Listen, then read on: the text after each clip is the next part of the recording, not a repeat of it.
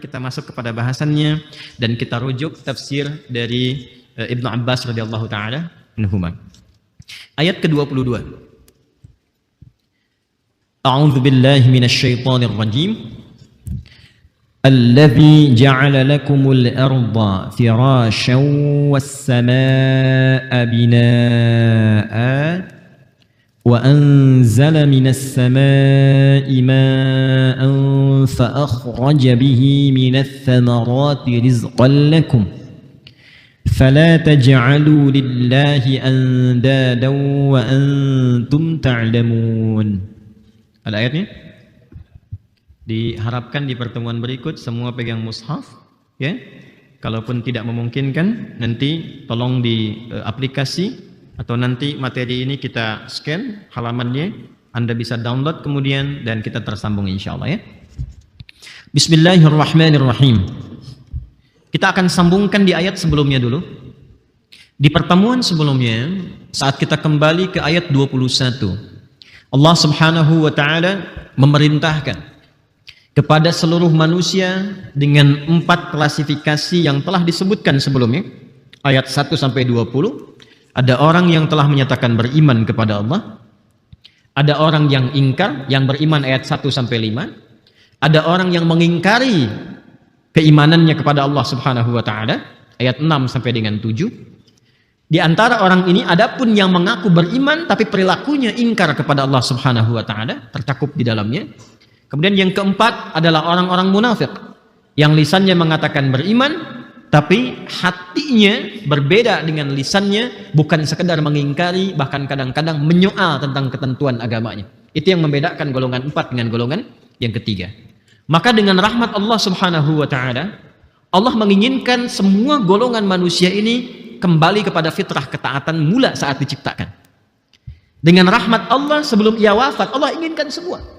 Itulah sayangnya Allah kenapa disebut dengan Rahman Rahim. Dan kenapa Rahman mendahului Rahim? Ya, kenapa Rahman mendahului Rahim? Bismillahirrahmanirrahim. Karena Rahim itu konteks akhirat, Rahman itu konteks dunia. Dan rahmat Allah ketika disebut dengan Rahman itu luas, mencakup semua hamba tanpa kecuali. Artinya dengan Rahmannya Allah, Allah menginginkan, hei, baik yang sekarang beriman, tambah kuatkan imannya. Yang kafir, yang ingkar, yang bermaksiat, bahkan yang munafik, aku tidak menginginkan kalian semua wafat dalam keadaan menentang aku, kata Allah. Maka Allah berikan kesempatan sampai nyawanya di kerongkongan sebelum dia wafat. Ya, karena itu mohon maaf, saya kadang-kadang tak mampu mengungkapkan bagaimana sayangnya Allah kepada kita. Saking dalamnya. Bahkan kalaupun sudah menghitam maksiatnya, itu masih diberi kesempatan dengan rahmat Allah yang sangat tinggi untuk bertobat. Sampai turun kan Quran surah 39 itu, Az-Zumar ayat 53. Itu diminta oleh Allah, langsung diperintahkan kepada Nabi Muhammad SAW untuk diviralkan kepada semua umatnya. Qul, viralkan Muhammad SAW. Ya ibadiyalladzina asrafu ala anfusihim la taqnatu min rahmatillah. Rahmat itu dulu yang disebutkan. Viralkan Muhammad SAW bahwa aku memanggil semua hambaku yang bermaksiat, yang dosanya sudah menghitam, yang kadang memvonis diri mungkin gak masih diampuni, yang terkadang memvonis diri, saya sudah banyak maksiatnya, kayaknya nggak mungkin diampuni oleh Tuhan. Kata Allah, katakan pada mereka, jangan pernah putus asa dari rahmat Allah Subhanahu wa taala. Jadi sebelum berbicara tentang ampunan, itu sifat rahmannya dulu yang disampaikan.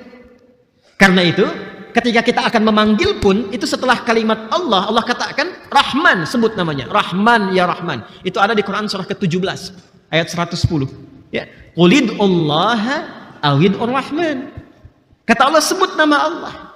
Kalaupun kau merasa berat menyebut itu karena merasa banyak maksiat, kadang kalau orang sudah banyak maksiat, dia menyebut Allah susah kan?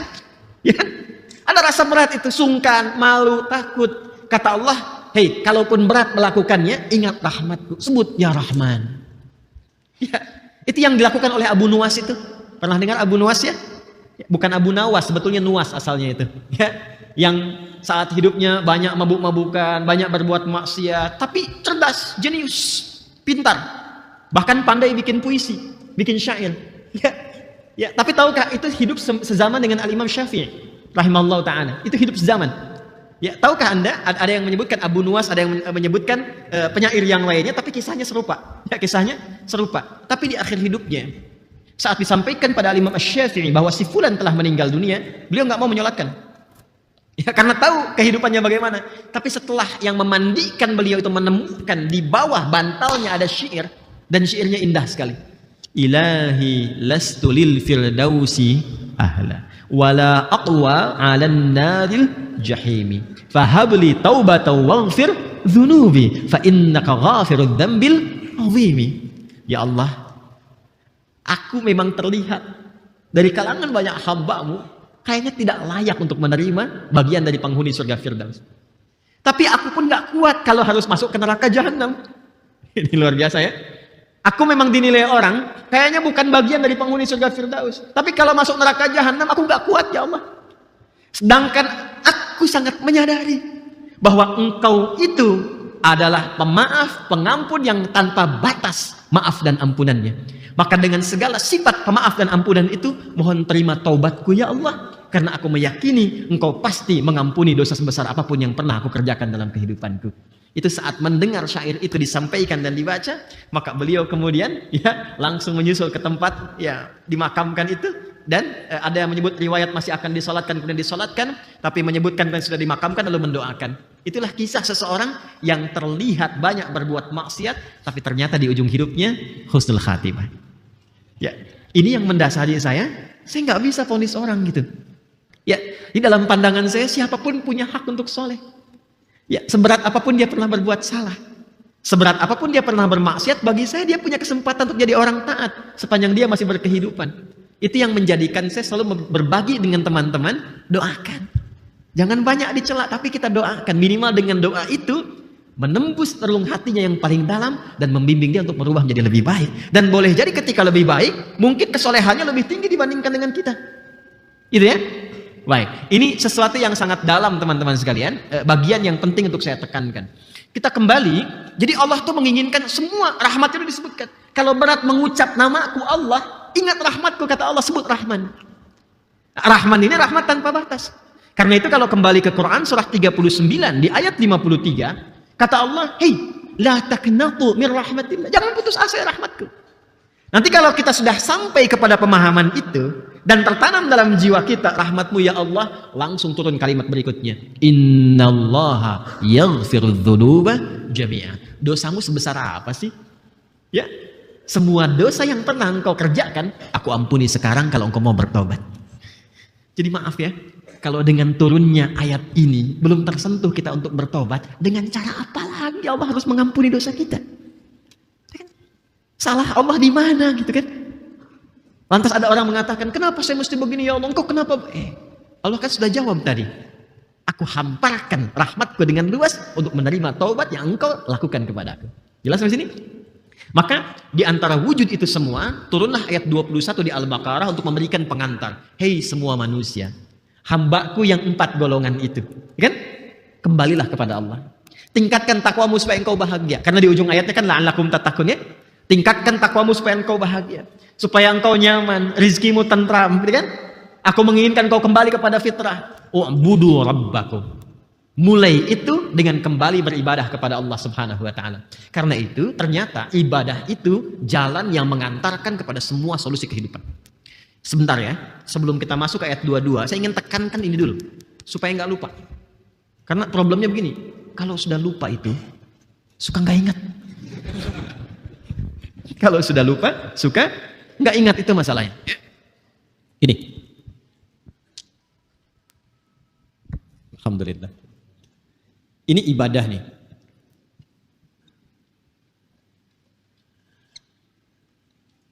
Ini solusi. Ya. Ini persamaan singkat sebentar ya. Ini agak dalam ngajinya, tapi saya turunkan dengan bahasa yang insya Allah berikan kemudahan untuk dipahami ya. Ini adalah tentang hidup. Allah berikan kita kehidupan. Alhamdulillah. Di antara fitrah kehidupan itu, nanti sandingannya adalah ujian. Ya, jadi hidup itu selalu bersanding dengan ujian. Ya. Tidak ada satupun orang hidup yang tidak diuji. Seringkali manusia menyebutnya dengan masalah, problem. Ya. Masalah, problem. Tidak ada manusia di bumi ini yang hidup yang tidak punya masalah. Semua pasti akan diuji. Jelas ya? Dan tujuan ujian ini diberikan, awas lihat cara memandangnya, bukan untuk menjadikan kehidupan kita bermasalah, tapi untuk meningkatkan kualitas kehidupan itu, sehingga tahap kehidupan kita bisa lebih baik daripada sebelum-sebelumnya. Dan itu sudah melekat menjadi fitrah bagian dari hidup. Jadi kalau kita ingin meningkat kualitas hidup, pasti harus lewat ujian. Paling gampang ini kan saya selalu contohkan di anak sekolah kan. Kalau TK naik ke SD, bahkan sekarang kan anak TK diuji kan. Apakah layak nggak bisa masuk SD gitu kan. Ketika dia lulus ujian, artinya dia dipandang layak untuk naik tingkat ke level berikutnya. Dan kualitas pendidikannya bertambah gitu kan. Itu fitrah hidup. Dan kalau kita jujur, kita katakan pada diri kita, bukankah setiap kita mengalami persoalan, kualitas hidup kita menjadi semakin lebih meningkat? Ya kan? Pengetahuan meningkat, emosi lebih baik lagi, ya kan?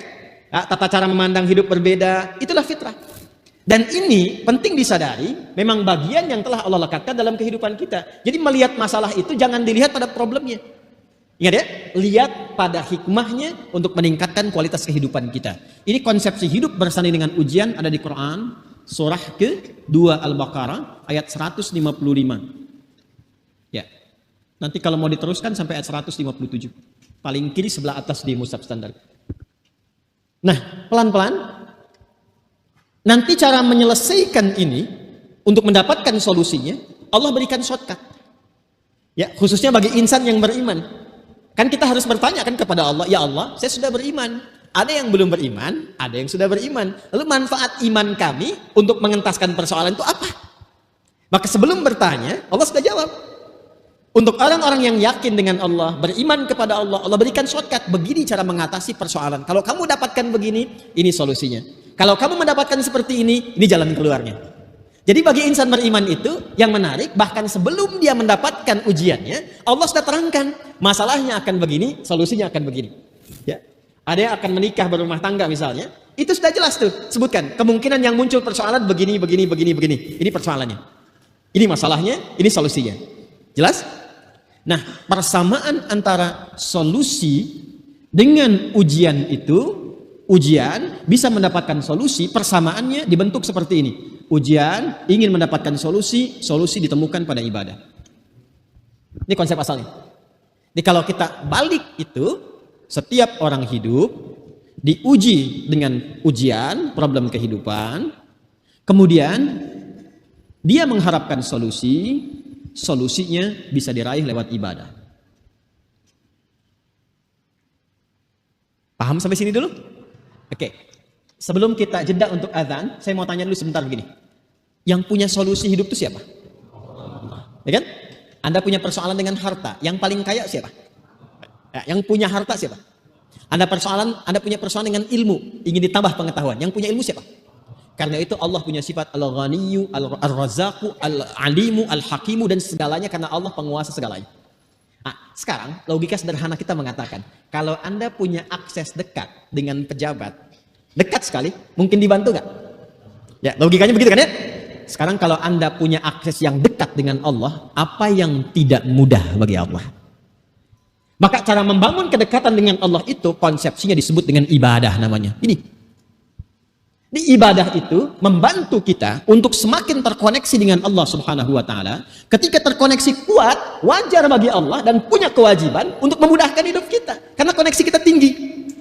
Maka disinilah kemudian setiap hari 17 kali kita diminta terkoneksi dengan Allah.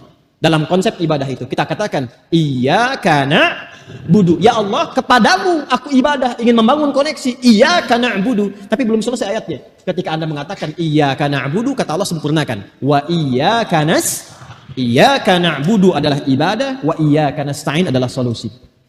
Karena itu ketika hadisnya Qudsi mengatakan dari Abu Hurairah radhiyallahu taala anhu, qala Nabi sallallahu alaihi wasallam, qala Allah azza wa jalla, perhatikan kalimatnya, idza qala al-'abdu iyyaka na'budu wa iyyaka nasta'in, qala Allah azza wa jalla, hadza baini wa baina 'abdi wa li 'abdi ma sa'al. Ketika seorang hamba mengatakan dalam salatnya, ya Allah, iyyaka na'budu, hanya kepadamu lah aku beribadah, wa iyyaka nasta'in, dan sekarang aku punya masalah. Dan kepada mula aku minta solusi. Apa jawab Allah? Ini perjanjian antara aku dengan hambaku. Kalau hambaku benar ibadahnya, maka apapun yang ia minta sekarang, aku akan kabulkan. Pertanyaannya, kalau memang kita diciptakan untuk ibadah,